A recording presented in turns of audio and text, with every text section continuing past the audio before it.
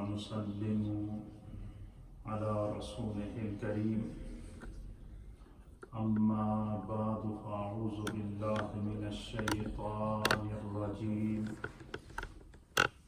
بسم الله الرحمن الرحيم قال الله تبارك وتعالى في القرآن المجيد والفرقان الحميد وَإِذْ قُلْنَا لِلْمَلَائِكَةِ اسْجُدُوا لِآدَمَ فَسَجَدُوا إِلَّا إِبْلِيسَ أَبَى وَاسْتَكْبَرَ وَكَانَ مِنَ الْكَافِرِينَ وَقُلْنَا يَا آدَمُ اسْكُنْ أَنْتَ وَزَوْجُكَ الْجَنَّةَ وَكُلَا مِنْهَا رَغَدًا حَيْثُ شِئْتُمَا وَلَا تَقْرَبَا هَٰذِهِ الشَّجَرَةَ فَتَكُونَ مِنَ الظَّالِمِينَ صدق الله مولانا العظيم وصدق رسوله النبي الأمين الكريم ونحن على ذلك لمن الشاهدين والشاكرين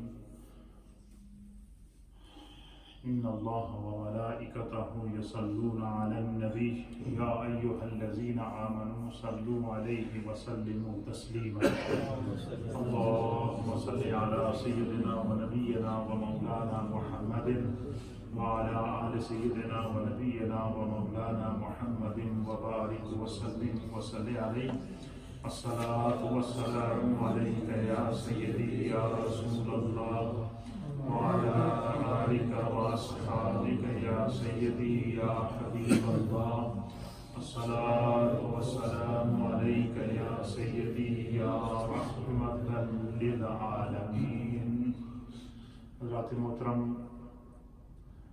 نماز تراویح کے اندر پڑھی جانے والی منزل اور قرآن حکیم فرقان مجید کا خلاصہ الحمدللہ ہماری نیو مدینہ مسجد گولٹن سے ہر سال رمضان المبارک کے اس بابرکت مہینے میں پورے تسلسل کے ساتھ پیش کیا جاتا ہے۔ گزشتہ سالوں کے اندر ہم نے خلاصہ قرآن پیش کیا۔ اس سال 1440 ہجری کا جو رمضان شریف اللہ نے ہمیں عطا کیا ہے، اس میں ہم نے جو آپ حضرات کے لیے اور بالخصوص جو ہماری سوشل میڈیا کی لیڈرشپ ہے ان تمام کے لیے قصص القرآن کہ قرآن کریم فرقان مجید کے اندر اللہ نے انسانیت کی رہنمائی کے لیے جو قصے بیان فرمائے ہیں، جو واقعات بیان فرمائے ہیں، جو ہسٹری بیان فرمائی ہے، اس میں سابقہ قوموں کی ہسٹری ہے، اس میں انبیاء کرام کے تذکرے ہیں، اس میں فرشتوں کے تذکرے ہیں، اس میں جنات کے تذکرے ہیں۔ تو اللہ تعالیٰ کی تین جو تو اس کی بے شمار مخلوق ہیں، وہ خدا جانتا ہے اس نے کتنی مخلوقات پیدا کی ہیں، لیکن اللہ نے جس مخلوق کو فار ایگزامپل پیش کیا انسانیت کے لیے، اس میں ایک انسان ہے، ایک فرشتہ ہے اور ایک جن ہے۔ تو گزشتہ درس میں نے آپ کے سامنے فرشتوں کی حقیقت پیش کی تھی، کیونکہ اللہ تعالیٰ نے تخلیق آدم علیہ السلام سے پہلے فرشتوں کا ذکر کیا تھا۔ آج کے درس میں آپ کی خدمت میں ابو البشر، پہلے انسان جن سے یہ نسل انسانی چلی، حضرت سیدنا آدم علیہ نبینا علیہ السلام کا تذکرہ، آپ کی ہسٹری، بایوگرافی آف حضرت سیدنا آدم علیہ السلام، حقیقت آف حضرت سیدنا آدم علیہ السلام، اور قرآن حکیم فرقان مجید میں اللہ تعالیٰ نے حضرت آدم علیہ السلام کی پیدائش سے لے کر آپ کے وصال تک کے تمام جو مناظر بیان کیے ہیں اس کا ہم ذکر کریں گے۔ تو یہ حقیقت میں یہ تذکرہ آدم علیہ السلام اصل میں ہم میں سے ہر ایک کا اپنا تذکرہ ہے۔ کیوں کہ آدم علیہ السلام انسانیت کی اصل ہے، انسان اول ہیں، ان کے وجود سے کائنات میں انسان پھیلا ہے۔ آپ یوں سمجھیں کہ آج ہم میں سے ہر ایک کو اپنی اصل معلوم کرنی ہے، اپنی ہسٹری معلوم کرنی ہے، اور اپنی اصل کا علم حاصل کرنا ہے کہ انسان کب سے بنا ہے، کیسے بنا ہے، اس کے تخلیق کے کیا کیا مراحل ہیں، اور اللہ نے انسان کو کیوں پیدا کیا ہے. یہ سارے وہ خوبصورت مراحل ہیں کہ آپ سنیں گے تو آپ کا ایمان تازہ ہو جائے گا. سب سے پہلی بات تو یہ سمجھیں کہ حضرت آدم علیہ نبینا علیہ الصلاۃ والسلام یہ انسان اول ہیں. کیا ہیں؟ سب سے پہلے انسان ہیں، اور آپ کی تخلیق اللہ نے اپنے ہاتھ سے فرمائی ہے. کیا فرمائی ہے؟ حضرت آدم علیہ السلام کی تخلیق اللہ نے اپنے ہاتھ سے فرمائی ہے. تو اس کا معنی کیا ہوا کہ ہم سب کیا ہیں؟ انسان ہیں، اور انسان اول کو خدا نے اپنے ہاتھ سے بنا کر اس کائنات کے لیے اپنی قدرت کا شاہکار بنا کر پیش کیا. یہی وجہ ہے کہ اللہ تعالیٰ نے بے شمار مخلوق پیدا کی ہے. اس مخلوقات کے اندر حیوانات ہیں، اس مخلوقات میں جمادات ہیں، اس مخلوقات میں نباتات ہیں، اس مخلوقات میں جن ہیں، اس مخلوقات میں فرشتے ہیں، اس میں زمین و آسمان ہیں، اس میں سمندر کے اندر ہزاروں قسم کی خدا نے مخلوق پیدا کی ہے. آسمانوں کے اوپر اللہ نے مخلوق پیدا کی ہے، زمینوں کے اوپر اللہ نے مخلوق پیدا کی ہے. لیکن کسی مخلوق کو پیدا کرنے کے بعد خدا نے فار ایگزامپل اس کو اگر تمام مخلوقات کے لیے پیش کیا ہے تو وہ حضرت انسان ہے. وہ سیدنا آدم علیہ نبینا علیہ الصلاۃ والسلام کی ذات ہے. اور پھر اسی حضرت آدم علیہ الصلاۃ والسلام کے وجود سے، آپ کی ذات سے اللہ تعالیٰ نے کم و بیش 1.25 لاکھ انبیاء اکرام کو دنیا میں بھیجا. اور پھر سب سے بڑی بات وجہ تخلیق کائنات جناب سید العالمین محمد الرسول اللہ صلی اللہ تعالی علیہ وآلہ وسلم کی جو ذات ہے، اللہ نے آپ کی ذات کو بھی حضرت آدم علیہ الصلوۃ والسلام کی وجود سے پیدا فرمایا. بڑی ایمان افروز ہسٹری ہے.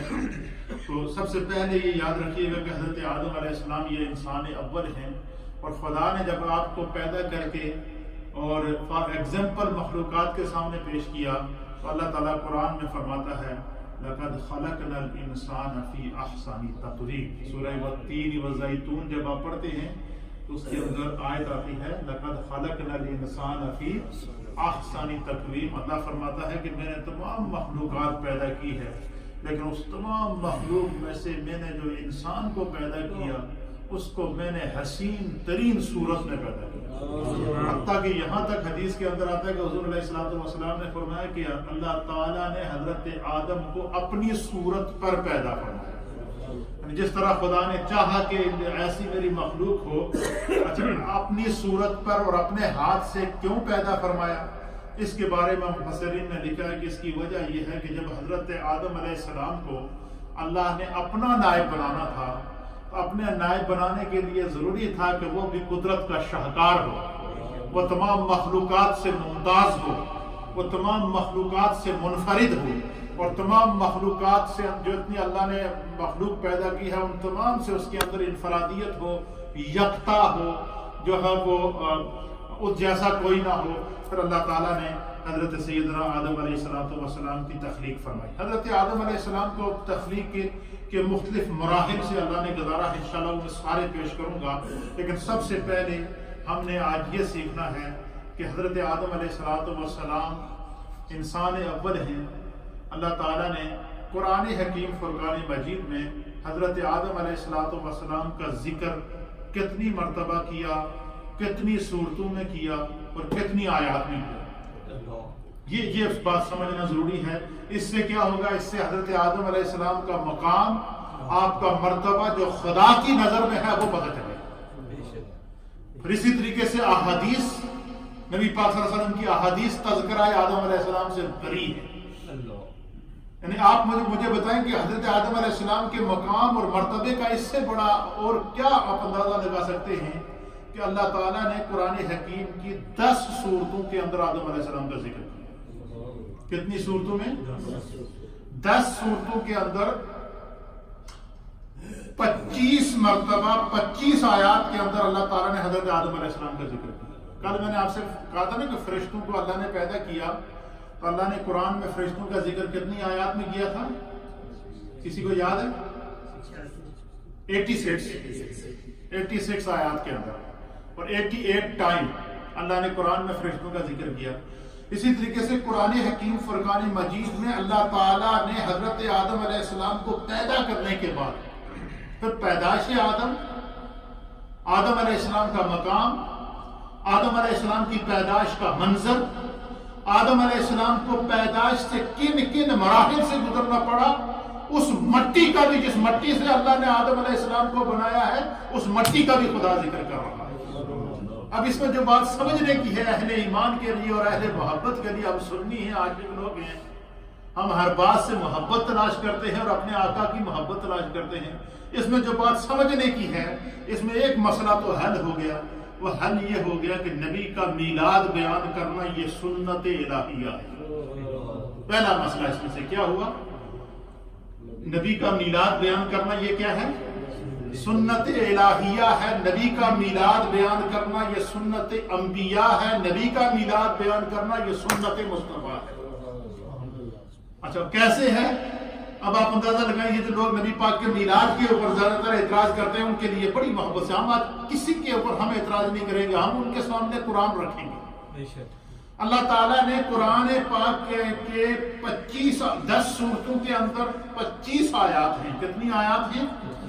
اچھا، وہ کون کون سی سورت ہیں جس میں اللہ نے میلاد آدم کو بیان فرمایا؟ اس میں سے سب سے پہلی سورت ہے قرآن پاک کی سورہ نمبر 2 ہے، اور سورت کا نام ہے سورہ البقرہ۔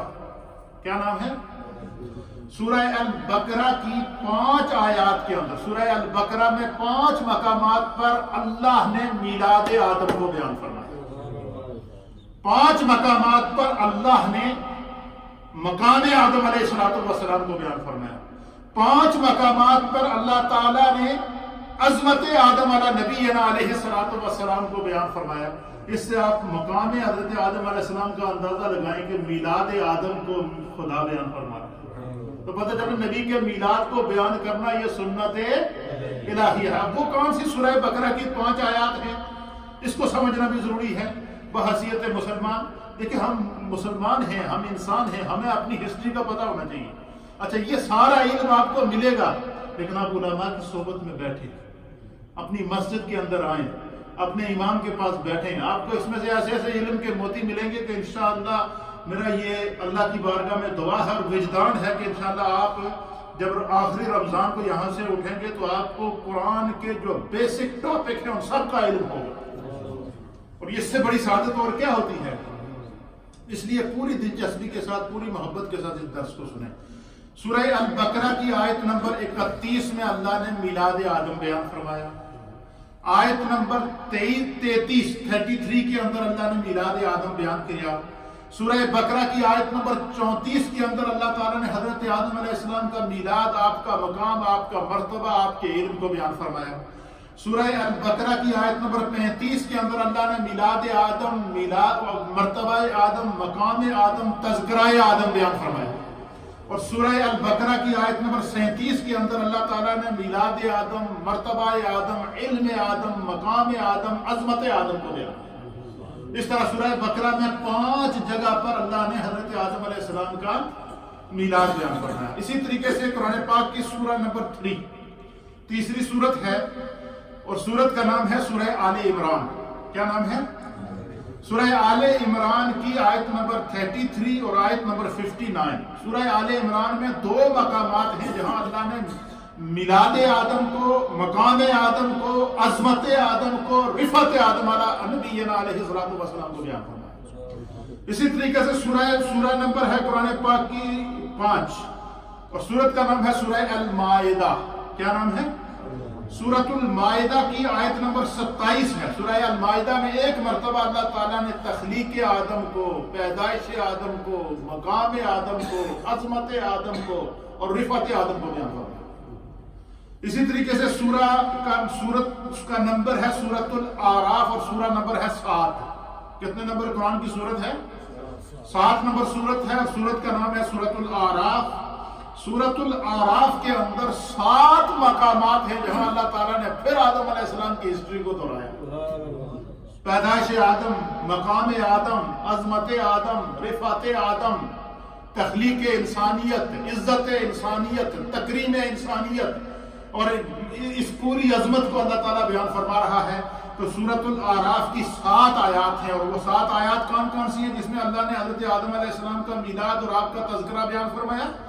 وہ آیات ہیں سورہ اعراف کی آیت نمبر 11 کے اندر اللہ نے میلاد آدم علیہ السلام، تذکرہ آدم علیہ السلام، سورہ اعراف کی آیت نمبر 19 میں تذکرہ آدم علیہ السلام، سورہ اعراف کی آیت نمبر 26 میں تذکرہ آدم علیہ السلام، سورہ اعراف کی آیت نمبر 27 میں تذکرہ آدم علیہ السلام، سورۃ الاعراف کی آیت نمبر 31 میں تذکرہ آدم علیہ السلام، سورہ اعراف کی آیت نمبر 35 اور آیت نمبر 172 کے اندر اللہ تعالیٰ نے حضرت آدم علیہ السلام کا تذکرہ، آپ کا میلاد اور آپ کی عظمت کو بیان فرمایا۔ اس طرح سورۃ الاعراف میں 7 آیات ہیں، 7 مقامات ہیں جہاں خداوند قدوس نے ایک دفعہ پھر کائنات کو بتایا کہ میں نے اپنے آدم کو اپنے ہاتھ سے بنا کر کس طرح اپنی تخلیق کا شاہکار بنا کر کائنات کے سامنے پیش کیا۔ اسی طریقے سے قرآن پاک کی سورت ہے سورہ نمبر 17 نمبر سورت کا نام ہے سورت الاسراء، جسے سورہ بنی اسرائیل بھی کہتے ہیں۔ 15 سپارہ اپنے جگہ سبحان الذی اسریٰ بعبدہ، جس سورت کے اندر اللہ میرے محبوب کی معراج کو بیان فرماتا ہے۔ تو اس سورت کے اندر، سورت الاسراء کے اندر اللہ تعالیٰ نے 2 مقامات، سورت الاسراء کی آیت نمبر 61 اور سورۃ الاسراء کی آیت نمبر 70 کے اندر 2 مرتبہ اللہ تعالیٰ نے تذکرہ آدم علیہ السلام، میلاد آدم علیہ السلام، مقام آدم علیہ السلام، عظمت آدم علیہ السلام کو بیان فرمایا۔ اس کے بعد قرآن پاک کی سورت نمبر 18 ہے، اس کا نام ہے سورہ الکاف۔ کیا نام ہے؟ سورۃ الکاف کی آیت نمبر 50 کے اندر اللہ تعالیٰ نے ایک مرتبہ حضرت آدم علیہ نبی علیہ السلام کا ذکر کیا۔ پھر اسی طریقے سے سورت کا نام ہے سورہ نمبر 19 ہے، سورت کا نام ہے سورہ مریم۔ کیا نام ہے؟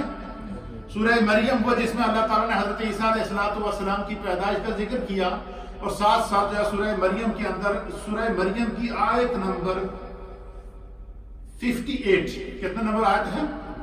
58 کے اندر اللہ تعالیٰ نے حضرت آدم علیہ السلام کا ذکر کیا، اس سورت میں عیسیٰ علیہ السلام کا ذکر کیا، اور اس سورت کے اندر ان دونوں کا ذکر کرنے سے یہ مماثلت، اللہ نے ان میں ایک مماثلت پائی جاتی تھی، تاکہ اللہ تعالیٰ نے سورت کے اندر کہیں ایک جگہ آدم علیہ السلام کا ذکر ہو رہا ہے اور اسی سورت کے اندر حضرت عیسیٰ علیہ السلام کی پیدائش کا ذکر ہو رہا ہے۔ اس سورت میں اللہ اپنے 2 جلیل القدر نبیوں کا کہ میلاد کو بیان کر رہا ہے، اور ان دونوں کو جمع کر کے اللہ مثال دے کر یہ سمجھا رہا ہے کہ حضرت عیسیٰ علیہ السلام کی پیدائش میں اور حضرت آدم علیہ السلام کی پیدائش میں ایک چیز منفرد تھی، وہ یہ تھی عیسیٰ علیہ السلام کو اللہ نے بغیر باپ کے پیدا کیا تھا۔ کیا کیا تھا؟ بغیر باپ کے پیدا کیا تھا۔ اللہ تعالیٰ نے وہاں پر بھی اپنی قدرت ظاہر کی کہ خدا جو چاہے وہ کر سکتا ہے، وَإِنَّ اللَّهَ عَلَىٰ كُلِّ شَيْءٍ قدیر ہے۔ اور حضرت آدم علیہ السلام کی عظمت کو اللہ ظاہر کیا کہ ادھر عیسیٰ علیہ السلام کو اللہ بغیر باپ کے پیدا کر رہا ہے، ادھر آدم علیہ السلام کو اللہ نے بغیر ماں باپ کے پیدا کیا، اپنے ہاتھ سے مٹی سے پیدا کیا۔ یہاں پہ بھی اللہ اپنی قدرت کا شاہکار دکھا رہا ہے۔ اور اس کے علاوہ قرآن پاک کے اندر تقریباً 25 سے زائد انبیاء ایسے ہیں جن کا نام لے کر خدا ان کے میلاد کو، ان کی ہسٹری کو، ان کے مقام اور ان کے عظمت کو بیان کر رہا ہے۔ اس کی وجہ کیا ہے؟ اور باقی جتنے انبیاء ہیں ان تمام کو اللہ بتا رہا ہے کہ اپنے ماں باپ کے نطفے سے ان نے جنم لیا ہے، یا اپنے ان کا باپ بھی موجود ہے، ماں بھی موجود ہے۔ تو یہ سارے خداوند قدوس اپنی قدرت کے شاہکار دکھا رہا ہے کہ انسان کا ایمان اپنے رب پر مضبوط ہے۔ تو سورۃ المریم کی آیت نمبر 58 کے اندر اللہ نے حضرت آدم علیہ السلام کو ذکر کیا۔ اسی طرح سورہ نمبر 20 ہے، قرآن پاک کی سورت نمبر کتنی ہے؟ 20 نمبر سورت ہے، سورت کا نام ہے سورہ طٰہٰ۔ کیا نام ہے؟ سورہ طٰہٰ کے اندر اللہ نے 5 مقامات پر پھر حضرت آدم علیہ السلام کی ہسٹری کو بیان فرمایا۔ اب آپ اندازہ لگائیں کہ کیا مرتبہ ہے۔ اگر تو بار بار ہر سال نبی کا میلاد بنا دے، کیوں بنا دے؟ یہ اعتراض ہوتا ہے یا نہیں؟ وہ تو ایک دن پیدا ہوئے تھے، یہ کہتے ہیں یا نہیں؟ یہ اعتراض ہوتا ہے کہ نبی علیہ السلام تو 12 ربیع الاول کو وہ ایک دفعہ پیدا ہوئے تھے، تو آپ ہر سال نبی کا میلاد مناتے ہیں۔ ہم کہتے ہیں کہ اللہ تعالیٰ آدم علیہ السلام کا ذکر صرف سورہ بقرہ میں کر دیتا ہے، ان 25 سورتوں میں بار بار کیوں میلاد کر رہا ہے؟ پتہ چلا نبی کا ذکر جتنا کرو یہ سنت الہیہ ہے، جب کرو، جس وقت کہو، نہ وقت کی قید ہے، نہ ٹائم کی قید ہے، نہ دن کی قید ہے، نہ رات کی قید ہے، نہ جو وہ فجر کی قید ہے، نہ عصر کی قید ہے، نہ ظہر کی قید ہے، نہ مغرب کی قید ہے، نہ عشاء کی قید ہے. ہر لمحہ خدا کا اور اس کے مصطفیٰ کا ذکر کرو، اللہ کے نبیوں کا ذکر کرو. تو اللہ تعالیٰ نے سورہ طٰہٰ میں پھر 5 مرتبہ حضرت آدم علیہ السلام کے میلاد کو، آپ کی عظمت کو اور آپ کی رفعت کو بیان فرمایا. سورہ طٰہٰ کی آیت نمبر 115 میں اللہ نے میلاد آدم، عظمت آدم، رفعت آدم، تذکرہ آدم فرمایا. سورہ طٰہٰ کی آیت نمبر 16 کے اندر اللہ نے تذکرہ آدم علیہ السلام بیان فرمایا. سورہ طٰہٰ کی آیت نمبر 117 کے اندر اللہ نے تذکرہ آدم علیہ السلام بیان فرمایا. سورہ طٰہٰ کی آیت نمبر 120 کے اندر اللہ تعالیٰ نے تذکرہ آدم علیہ السلام بیان فرمایا. سورہ طٰہٰ کی آیت نمبر 121 کے اندر اللہ تعالیٰ نے تذکرہ سیدنا آدم علیہ السلام بیان فرمایا. اور اسی طرح سورہ یاسین، کیا کرتے ہیں سورہ یاسین، یہ قرآن پاک کی سورہ نمبر 36 ہے. سورہ یاسین کتنا نمبر سورت ہے؟ اس کی آیت نمبر 60 کے اندر، سورہ یاسین کی آیت نمبر 60 کے اندر اللہ تعالیٰ نے تذکرہ سیدنا آدم علیہ السلام فرمایا. اس طرح آج جو ہم نے علم سیکھا ہے، وہ علم کیا سیکھا ہے کہ اللہ تعالیٰ نے قرآن کریم کی 10 سورتوں میں 25 آیات میں حضرت آدم علیہ السلام کے میلاد کو، آپ کے تذکرے کو، آپ کی عظمت کو اور آپ کی رفعت کو بیان فرمایا. اور کمال کی بات یہ ہے کہ ہم نے آج صرف حضرت آدم علیہ السلام کا ابھی ذکر شروع کیا تو میلاد آدم قرآن سے ثابت ہو گیا یا نہیں؟ اچھا، قرآن کی ایک آیت سے حضرت آدم علیہ السلام کا میلاد ثابت نہیں ہوا. قرآن کی 25 آیات ہم بطور دلیل، بطور حوالہ پیش کر رہے ہیں کہ اللہ نے قرآن میں 25 مقامات پر آدم علیہ السلام کا تذکرہ، آپ کا میلاد بیان فرمایا. تخلیق آدم کو خدا بیان فرما رہا ہے. تو پتہ چلا نبی کی ولادت کو بیان کرنا، نبی کے میلاد کو بیان کرنا، نبی کے تذکرے کو بیان کرنا، نبی کی عظمت کو بیان کرنا، یہ سنت الہیہ ہے، یہ قرآن کے مطابق ہے، یہ کوئی قرآن سے الگ نہیں ہے. یہ اجمالی تعارف میں نے آپ کے سامنے پیش کیا. اور اس میں جو چیز سمجھنے کی ہے کہ یہ قرآن کریم فرقان مجید کا یہ خاص معجزہ ہے. اور اللہ تعالیٰ کے کلام کی ترتیب آپ دیکھیے، اس کے اوپر مفسرین نے بڑی مزیدار بات لکھی ہے کہ یہ دیکھیں کہ میں نے آپ سے کیا کہا کہ قرآن میں کتنی آیات میں اللہ نے آدم علیہ السلام کا ذکر کیا؟ 25 آیات میں تقریباً ایک ہی واقعے کو، میلاد آدم کو، تخلیق آدم کو، تذکرہ آدم کو اللہ نے مختلف انداز میں بیان کیا. اور یہ قرآن کا اعجاز ہے کہ ان 25 آیات کے اندر، ان 10 سورتوں کے اندر جو اللہ تعالیٰ نے حضرت آدم علیہ السلام کا ذکر کیا، مختلف انداز سے کیا. اور ان صورتوں کے مضامین اور مناسب نئے اور اچھوتے انداز میں اللہ تعالیٰ نے بیان فرمائے. باوجود اس کے کہ اللہ تعالیٰ نے ہر صورت میں مختلف انداز میں آدم علیہ السلام کا تذکرہ کیا، لیکن ان پورے 25 آیات کے اندر اور 10 صورتوں کے اندر جہاں جہاں بھی خدا نے آدم علیہ السلام کا ذکر کیا، کوئی بندہ یہ نہیں کہہ سکتا کہ پہلا واقعہ کہ دوسرے واقعے کے خلاف ہے. یہ ہوتا ہے نا کہ ایک واقعے میں متعلق مختلف روایات ہوں تو اس میں بسا کر ڈاؤٹ آ جاتا ہے. لیکن 25 مقامات پر اللہ تعالیٰ قرآن میں آدم علیہ السلام کی ولادت کو بیان کر رہا ہے، اس واقعے کو مختلف انداز سے بیان کر رہا ہے. اس صورت کا جو عنوان، جس صورت میں اللہ تعالیٰ آدم علیہ السلام کا ذکر کر رہا ہے، اس صورت کا جو عنوان ہے، اس صورت کا جو ٹاپک ہے، اس کی مناسبت سے اللہ تعالیٰ تذکرہ آدم علیہ السلام بیان فرما رہا ہے. 25 دفعہ اللہ نے قرآن میں تذکرہ آدم علیہ السلام بیان کیا. کوئی بندہ یہ ثابت نہیں کر سکتا کہ ان 25 تذکروں کے اندر کوئی ایک تذکرہ دوسرے کے خلاف ہو. یہ نہیں ہو سکتا. وہی تذکرہ ہے، وہی انداز ہے، وہی تخلیق آدم ہے، وہی میلاد آدم ہے، وہی جہاں ذکر آدم علیہ السلام ہے.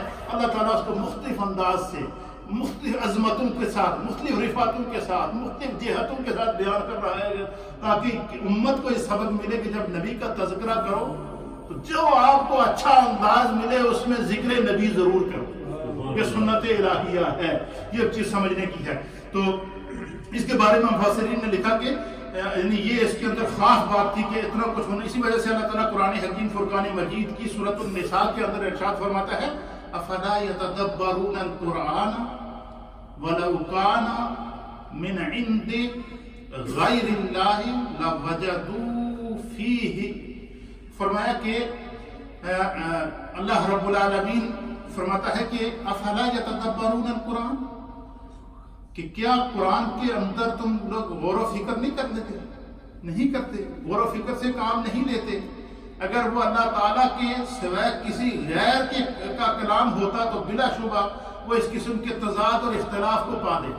عام کوئی بندہ اگر ایک واقعے کو مختلف انداز سے لکھتا ہے تو کوئی اعتراض کر سکتا ہے، لیکن خداوند قدوس نے 25 مرتبہ حضرت آدم علیہ السلام کی ولادت اور آپ کے تذکروں کو بیان فرمایا، اس میں کوئی بندہ تضاد تلاش نہیں کر سکتا، کوئی اس کے اندر اختلاف تلاش نہیں کر سکتا۔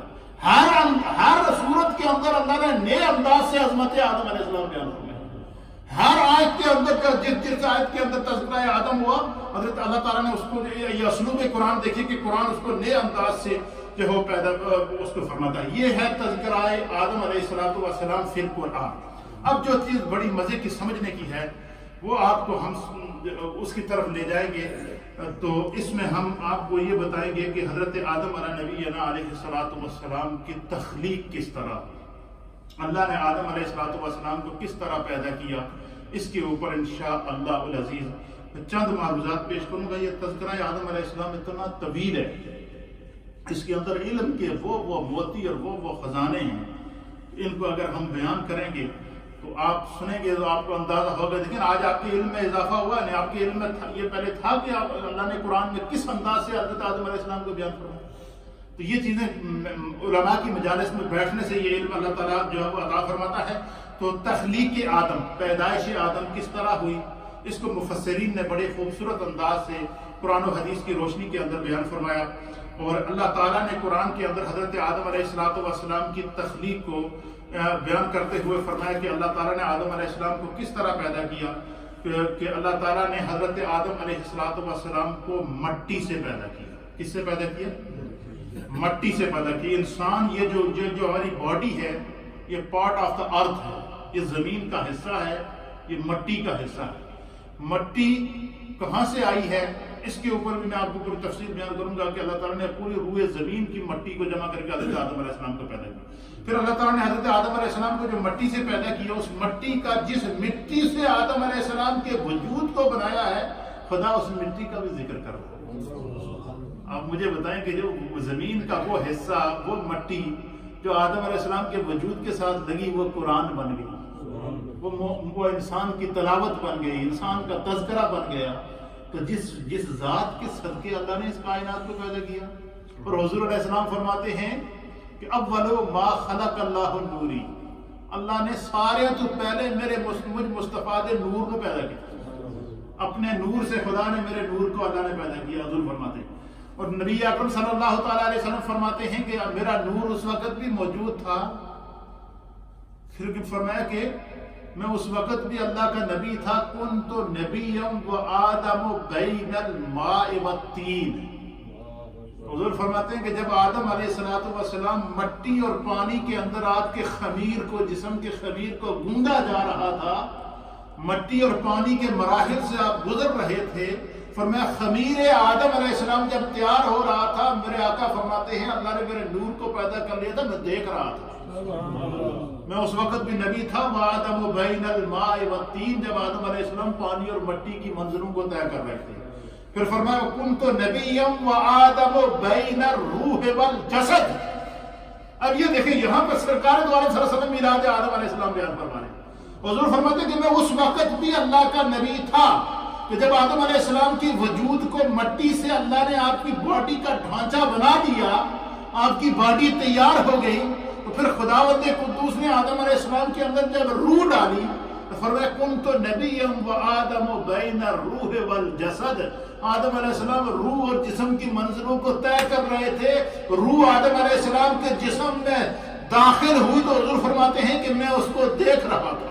کیسے دیکھ رہا تھا، اس کے اوپر انشاءاللہ میں آگے آپ کو حدیث سناؤں گا، آپ کا ایمان تازہ ہو جائے گا۔ سب سے پہلے یہ سمجھنا ضروری ہے کہ اللہ تعالیٰ نے حضرت آدم علیہ السلام کی تخلیق مٹی سے کیوں فرمائی، یہ چیز سمجھنا ضروری ہے۔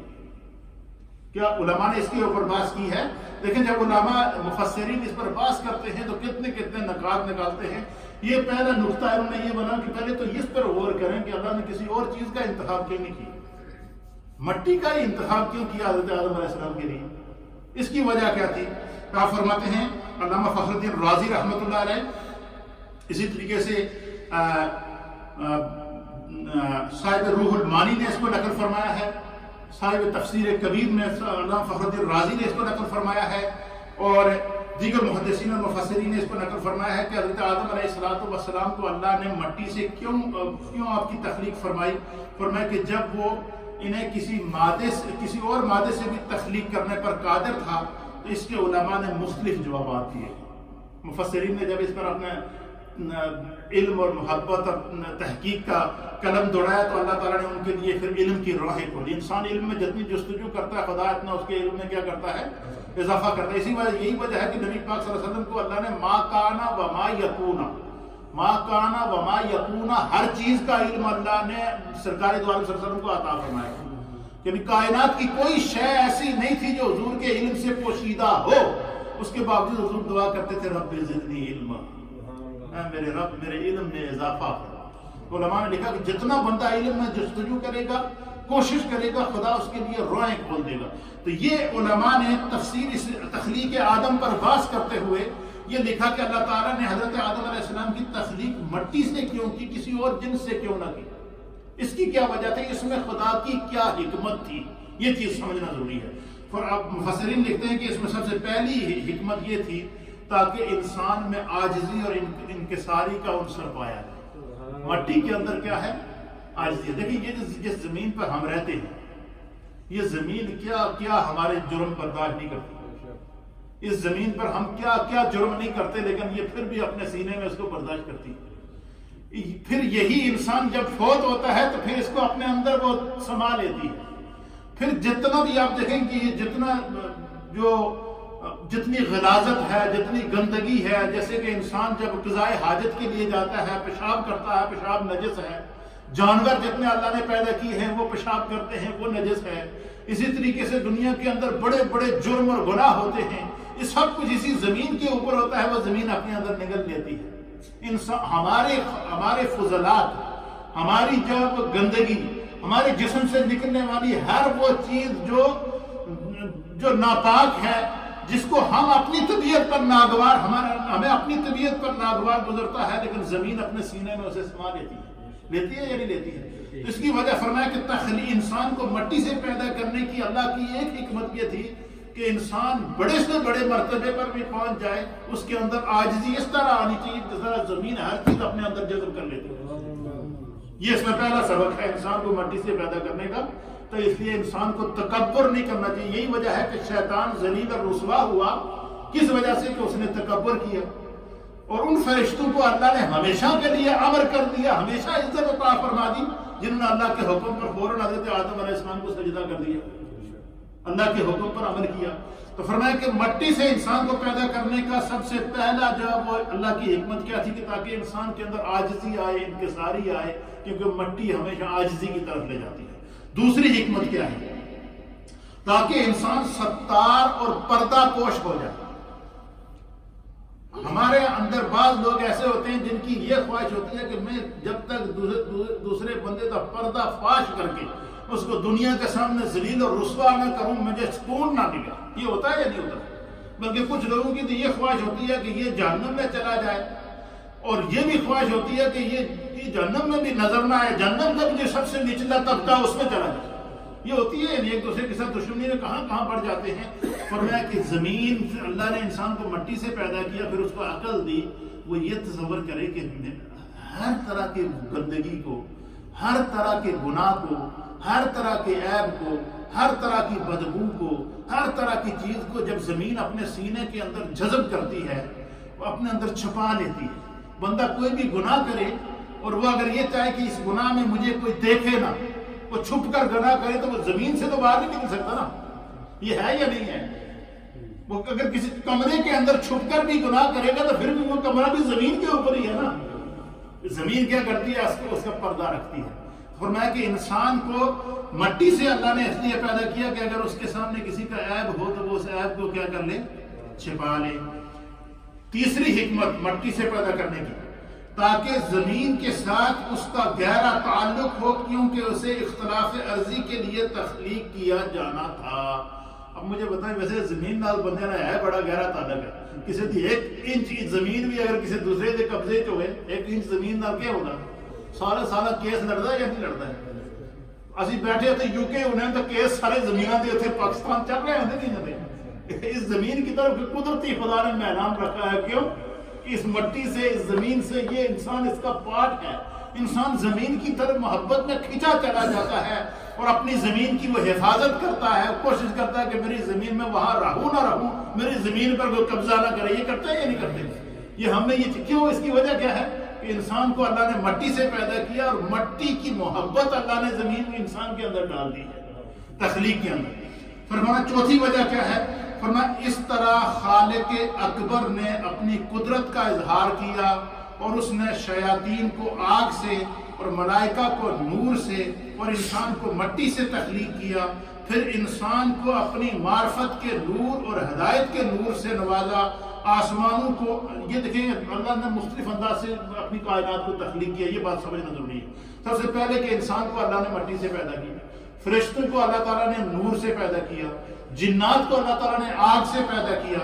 اسی طریقے سے یہ جو آسمان ہے, آسمان کو اللہ تعالیٰ نے یہ جو سمندر کے اوپر جب لہریں چلی ہیں نا, لہریں چلتی ہیں سمندر کی لہریں جب اٹھتی ہیں, سمندر کی لہروں سے اللہ نے سات آسمان بنائے. سمندر سے اٹھنے والی جو لہریں ہیں اور جو موجیں ہیں, جو سونامی ہیں, جو طوفان ہیں, جو ریلے ہیں بڑے بڑے پانی کے سمندر کے اندر, جب سمندر ایک دوسرے سے ٹکراتے ہیں آسمان تک پانی کے اوپر جاتے ہوئے نظر آتا ہے یا نہیں آتا؟ جو ساحل سمندر پر ہم جاتے ہیں, سائڈ آف سی پہ جاتے ہیں, تو آپ بولتے ہیں سمندر کی لہریں آ کے پتھروں سے ٹکراتی ہے تو کیسے اوپر اٹھے فوارے. تو فرمایا کہ اللہ تعالیٰ نے آسمانوں کو سمندر کے پانی سے, اس کی نہر سے پیدا کیا. انسان کو مٹی سے اس لیے پیدا کیا, آگے وجہ لکھتے ہیں اللہ فخر الدین رازی کہ انسان کو مٹی سے اس لیے پیدا کیا, بنایا گیا تاکہ شہوت, غضب, حرص کی آگ میں اس کی آگ بجھا سکے اور وہ آتشی ہیں اور صرف پانی سے بجھتی ہیں. فرمایا کہ دیکھیں جب کہیں آگ لگ جائے تو اس میں پانی ڈالتے ہیں یا ڈالتے, اور پانی سے اگر آگ کنٹرول نہ ہو تو ہمارے سائنسدان کہتے ہیں اس آگ پر مٹی ڈالی جائے. کیا ڈالی جائے؟ مٹی ڈالنے سے کیا ہوتی ہے؟ فرمایا کہ انسان اس عالم اسباب کے اندر ہے, اس کے اندر حرص کی آگ موجود ہے, لالچ کی آگ موجود ہے, شہوت کی آگ موجود ہے. قدم قدم پر شیطان اپنی آگ سے اس کو کھلاتا ہے, طرح طرح کی اس کو مشکلات اور مسائل سے اس کو گزارتا ہے. فرمایا کہ پھر بھی انسان کے اندر مٹی سے اللہ نے اس لیے اس کو پیدا کیا کہ تاکہ جو ہے وہ اس کے اندر عاجزی اور انکساری ہے. آخری بات پھر اس کے بعد انشاءاللہ حضرت آدم علیہ السلام کو مٹی سے اللہ نے کیسے بنایا اس پہ میں کل گفتگو کروں گا آپ کی خدمت میں. اب اس پر صوفیاء اکرام اور محدثین جن کو اللہ نے تصوف کے نور سے معلومات کیا, مفسرین حضرت خواجہ حسن بصری رحمۃ اللہ علیہ بہت بڑے مفسر قرآن تھے, صوفی بھی تھے, مفسر قرآن بھی تھے, اللہ نے معرفت کی دولت سے نوازا. اسی طریقے سے دیگر مفسرین نے اس طرف لکھا ہے, کہتے ہیں کہ اکابر صوفیاء اس پر یہ فرماتے ہیں کہ سورج کی تپش کو جس طرح زمین برداشت کرتی ہے اس طرح دنیا کی اور کوئی چیز برداشت نہیں کر سکتی.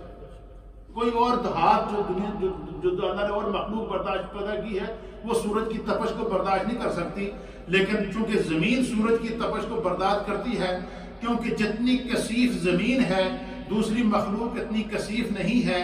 اسی طرح تجلی ذات کو صرف مٹی کا عنصر ہی برداشت کر سکتا ہے اور کوئی دوسری چیز برداشت نہیں کر سکتی. مٹی سے بنا ہوا یہ جو وجود ہے یہ انوار الہیہ کو اور تجلیات الہیہ کو برداشت کر سکتا ہے, اور جس دل کے اندر اللہ کا نور آتا ہے اور جو اللہ کے نور سے معمور ہو جاتا ہے تو پھر کیا ہوتا ہے. اللہ کے حبیب فرماتے ہیں کہ تم اس کا چہرہ دیکھو گے, اذا رؤوا ذکر اللہ, تمہیں اس کا چہرہ دیکھتے ہی خدا یاد آ جائے گا. تو اس لیے فرمایا کہ دوسری تمام اشیاء کے اندر کثافت ہے اور کثافت کے اعتبار سے صفائی اور تجلیات برداشت نہیں کر سکتی. اس لیے اللہ تعالیٰ نے جو ہے وہ انسان کو مٹی سے پیدا کیا. کیوں پیدا کیا؟ کہ اگر سورج جیسی سختی, سورج جیسی تپش اور سورج جیسی آزمائش سے بھی انسان کو سامنا کرنا پڑے تو انسان کو اس کو اللہ تعالیٰ حوصلہ عطا فرماتا ہے. دیکھیں ہماری زندگی میں کتنے حادثات آتے ہیں, کتنی مشکلات آتی ہیں, کتنے مصائب آتے ہیں. طرح طرح کے حادثات کو اپنے سامنے دیکھتے ہیں، مشکلات کو دیکھتے ہیں، طوفانوں کو دیکھتے ہیں، آندھیوں کو دیکھتے ہیں، اور پھر بھی انسان اس کو کیا کرتا ہے؟ برداشت کرتا ہے، صبر کرتا ہے۔ خدا نے اس کو حوصلہ عطا فرمایا ہے۔ یہ اس کے اندر اللہ تعالیٰ نے جو مٹی اور زمین کا عنصر رکھا ہے اس کو جو ہے وہ جمع کیا گیا۔ تو یہ سارا انسان کو مٹی سے بنانے کا مقصد کیا تھا؟ کہ اس کا اصل سبب کیا ہے؟ کہ اللہ تعالیٰ انسان کو ہر لمحہ اللہ کے ہاں کیا کرنی چاہیے؟ عاجزی پیدا کرنی چاہیے۔ ابھی میں نے میلاد آدم بیان نہیں کیا، تخلیق آدم کو بیان نہیں کیا کہ آدم علیہ السلام کو اللہ نے کیسے بنایا ہے، مٹی کو کہاں سے لایا ہے۔ مٹی کل کا جو درس ہوگا اس میں آپ کو بیان کروں گا کہ حضرت آدم علیہ السلام کی مٹی کہاں سے لائی گئی، زمین کے کس حصے سے لائی گئی، اس مٹی کو کیسے گوندا گیا، اس مٹی کو گوندنے کے بعد کتنا عرصے تک زمین پر رکھا گیا، پھر اس مٹی سے جب حضرت آدم علیہ السلام کا جسم، آپ کا ڈھانچہ تیار کیا گیا تو کس طرح تیار کیا گیا، پھر آدم علیہ السلام کے اندر روح اللہ نے کس طرح ڈالی ہے۔ اس سارے منظر کو اللہ نے قرآن کے اندر بیان فرمایا ہے، اور نبی پاک صلی اللہ علیہ وسلم نے اس کی تشریح احادیث کے اندر بیان فرمائی ہے، اور مفسرین نے اس کو بیان فرمایا ہے۔ انشاءاللہ کل میں آپ کی خدمت میں تخلیق آدم علیہ السلام کے جو مراحل ہیں، جس کو قدرت خدا نے بیان کر کے اسے اللہ نے اپنی قدرت کا شاہکار قرار دیا ہے، وہ بیان کروں گا۔ آج کے درس کے اندر آپ نے صرف اتنا سمجھنا ہے کہ آدم علیہ السلام کی پیدائش کو اللہ نے قرآن کی کتنی صورتوں میں بیان کیا؟ 10 صورتوں کے اندر، اور کتنی آیات میں بیان فرمایا؟ 25 آیات کے اندر اللہ نے حضرت آدم علیہ السلام کا ذکر کیا۔ آج کے سبق سے، آج کے درس سے ہم نے کیا سبق سیکھا؟ کہ اللہ نے قرآن میں 25 آیات میں آدم علیہ السلام کا میلاد بیان کیا۔ کیا کیا؟ اس سبق سے ہم نے نتیجہ کیا حاصل کیا؟ نتیجہ یہ حاصل کیا کہ نبی کا میلاد بیان کرنا یہ اللہ کی سنت ہے، نبی کا میلاد بیان کرنا یہ قرآن کا اسلوب ہے، نبی کی سیرت کو بیان کرنا یہ قرآن کا اسلوب ہے۔ اور اللہ تعالیٰ نے اپنے اس عظیم قرآن کے اندر حضرت آدم علیہ السلام کی سیرت کو، آپ کے تذکرے کو، آپ کی عظمت کو اور آپ کی رفعت کو 25 مقامات پر 25 آیات میں 10 صورتوں کے اندر بیان فرمایا، اور نبی پاک صلی اللہ علیہ وسلم کی اس کے اوپر سینکڑوں سے زائد احادیث موجود ہیں جو میلاد آدم علیہ السلام کو بیان فرماتے ہیں۔ حضور نے میلاد آدم علیہ السلام کیسے بیان کیا، اس کو بھی میں آپ کے سامنے کل کے درس میں بیان فرماؤں گا، عرض کرنے کی کوشش کروں گا۔ اللہ تعالی ہمیں دین کو سمجھنے کی توفیق عطا فرمائے۔ آج کے درس کا نتیجہ تو ہم سمجھ آئے۔